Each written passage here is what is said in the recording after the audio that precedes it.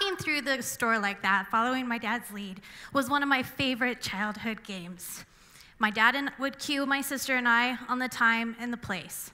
Thursdays were his paydays, and that's when we'd go to the bank, and afterwards we'd go to the pet shop or to the grocery store to clomp our feet loudly on the linoleum floor. Back then, we thought it was just something fun to annoy my mom, but what it really was a lesson on how to live out loud and not care what other people were thinking.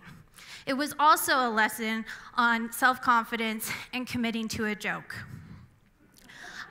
I must give credit to my parents on how they raised my sister and I. I have fond memories of fart jokes, Easter baskets that were made out of old Chevy hubcaps, and playing hide-and-go-seek in the dark using a glow-in-the-dark Virgin Mary.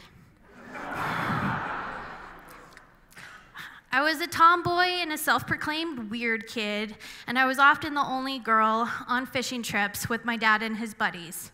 And it was there where I learned and acknowledged the value of humor at an early age, and I honed my funny bone any chance that I was given. Humor is my #1 favorite trait. It's my comfort, it's my coping skill, and it's my defense mechanism. And when sometimes life is shitty, and when you grow up in a family where picking up dog poop was turned into a fun family game invented by your dad, you learn that shit is inevitable, and it's up to you to make things fun or funny to get through life. To this day, I still try and make life more fun and entertaining, and when all else fails, I add a pair of googly eyes. It's like a little reward for some of those people that pay attention to the little details. Some people refer to my antics as googly eye terrorism, but I prefer to think of it as a street art project in hopes of bringing a smile to a stranger's face who notices my little token. I live my life out loud and outside the box. I'm off the wall, weird, and whimsy. I'm often pushing my own comfort zone and the comfort zone of others. And my desire to spread cheer and laughter often outweighs the fear of taking social risks. As an artist, I've had to learn to expose myself to strangers. I mean, wait, not in the literal sense, but in the way of pouring your heart and soul into a piece of artwork, framing it, and then putting it on the wall for everyone to see, judge, and hopefully purchase. I paint mustached bugs and parachuting stars that hang in a gallery filled with landscapes and still lives. And my art, much like my purple hair, does stand out in a crowd. But what I learned is that you've got to be comfortable with these things that make you stand out. And you've got to learn to embrace some of these things. And I think that's something that a lot of people forget. They forget those little special traits that make you different because they've either suppressed or set them aside because it's not what everybody else is doing or what's considered normal. So, as a grown-up weird kid, I am very aware of how awkward is. And with awkwardness, I've learned to embrace that feeling and take it for its raw, uncomfortable, and honest gift.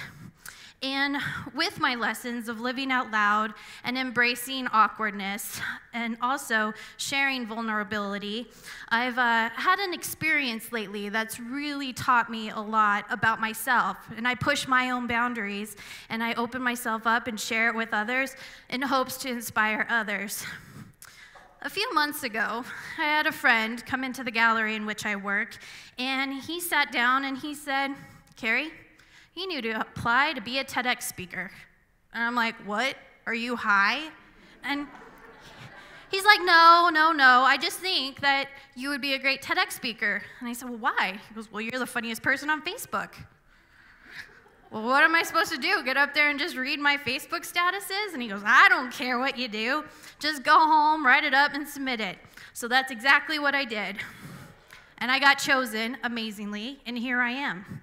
So then I spent many months and many hours writing and rewriting and rehearsing and rehearsing this speech so many times that I came here yesterday to the Rialto Theater, and I sat up here to do my very first dry run, and I bombed. Like, it was bad. You can ask some of these volunteers that were here. It was so bad, in fact, I think they were going to call the bomb squad to remove me from the stage. And it kind of got me nervous. Like, I prepared this. I've written it. I've studied it. I've rehearsed it a million times. Why did I suck so bad yesterday? So I went home and took this awkward experience and really thought about it and tried to learn from it. And I went home and I saw the theme again, and I got doers, which I am. I got influencers, which I try to be, and you. And that was the problem. I lost the me and this well-rehearsed script script pretty much is what I had written.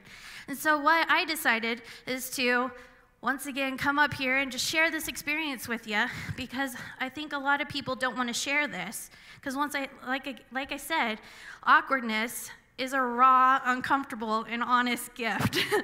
And so by me being vulnerable and sharing this with you, I hope it'll inspire you to also go out and push your own comfort zone and push your own boundaries and share with people your gifts and your vulnerabilities in the hopes of maybe inspiring others. And when I inspire you and you inspire others, then I think it's a really great thing, because then it's like a lovely and an unintentional lesson, much like the lesson my dad taught me on the linoleum floor. So in my head, I like to picture all of us learning, living out loud, walking in a line like little ducks in a row and comping our feet, unsuspecting, uncaring, and all in good fun.